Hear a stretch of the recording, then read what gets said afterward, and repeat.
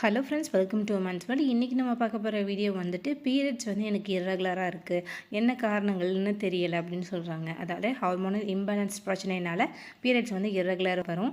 ரெண்டாவது பிசிஓஎஸ் நீர்க்கட்டி பிரச்சனைகள் இருக்கிறவங்களுக்கும் பீரியட்ஸ் இர்ரெகுலராக வரும். அப்படி இல்லைன்னா தைராய்டு பிரச்சனைனாலையும் பீரியட்ஸ் வந்து இர்ரெகுலராக வரும். ஹார்மோனல் இம்பேலன்ஸ்டு பிரச்சனைனாலையும் பீரியட்ஸ் வந்து வராமல் இருக்கும். அதாவது மாதம் வந்து வராமல் இருக்கும்.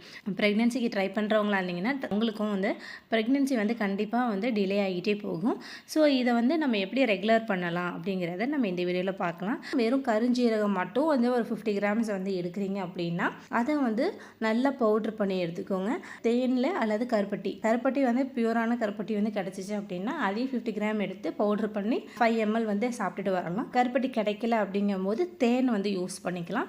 கருஞ்சீரக பொடியோட தேனையும் வந்து குழப்பி சாப்பிட்டுட்டு வரணும். இதுவும் 5 ml அளவுக்கு கருஞ்சீரகம் பொடியையும் தேனையும் மிக்ஸ் பண்ணால் 5 ml வர்ற அளவுக்கு நீங்கள் வந்து சாப்பிட்டு வந்தால் போதும். மார்னிங் வந்து எம்டி ஸ்டொமக்லேயும் சாப்பிடலாம், அல்லது நைட் தூங்குறதுக்கு முன்னாடியாவது நீங்கள் இதை சாப்பிட்டுட்டு படுக்கலாம். ஸோ இந்த மாதிரி வந்து ஃபாலோ பண்ணலாம். ரத்தத்தை பியூரிஃபை பண்ணி கர்ப்பப்பையில் இருக்க கழிவுகளை எல்லாம் வெளியேற்றிடும். கருமுட்டை பை இருந்து சுரக்கக்கூடிய ஹார்மோன்ஸையும் வந்து சீராக்கும். ஹார்மோனல் இம்பேலன்ஸ்டு பிரச்சனைனால வந்து பீரியட்ஸ் வந்து ரெகுலராக வராமல் இருக்குது அப்படிங்கிற காரணத்தினால இருந்தீங்கன்னா ஹார்மோன்ஸை வந்து பூஸ்டப் பண்ணி உங்களுக்கு வந்து அந்த செக்ரேஷன் வந்து கரெக்டாக இருக்கும். ஃபெலோப்பியன் டியூப்னு சொல்லக்கூடிய கருக்குழாயில் வந்து பார்த்தீங்கன்னா அடைப்புகள் இருந்தது அப்படின்னாலும் அதையும் கரைச்சி மாதவிடாய் மூலமாகவே வந்து வெளிக்கொண்டு வரும். கர்ப்பப்பையில் இருக்கக்கூடிய கழிவுகள், சிஸ்ட்டு, ஃபைப்ராய்டு கட்டிகள் இருந்தால் கூட அதையும் அகற்றி இது வந்து வெளிக்கொண்டு வரும். உடலில் தேங்கி இருக்கிற டாக்ஸின்ஸ், நச்சுத்தன்மைகளை எல்லாமே நீக்கி வெளிக்கொண்டு வரும்.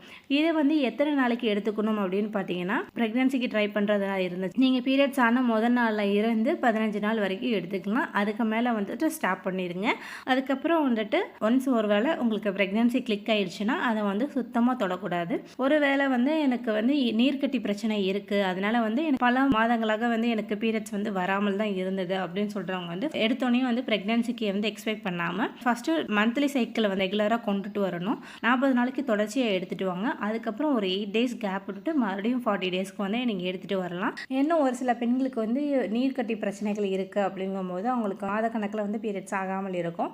அந்த மாதிரி இருக்கிறவங்க வந்து பார்த்தீங்கன்னா வந்து பீரியட்ஸோட டேட்டே வந்து தெரியலை அப்படின்னு சொல்கிறவங்க வந்துட்டு பவுடர் ப்ரிப்பேர் பண்ண உடனே வந்துட்டு இன்னிலிருந்தே வந்து ஸ்டார்ட் பண்ணலாம். எடுக்கிற 40 நாளுக்குள்ளேயும் வந்து உங்களுக்கு பீரியட்ஸ் வந்து ரெகுலராக வர ஆரம்பிக்கும். அதாவது ஃபஸ்ட்டு பீரியட் வந்து உங்களுக்கு ஸ்டார்ட் ஆக ஆரம்பிக்கும். ஸோ இந்த மாதிரி வந்து ஃபாலோ பண்ணலாம்.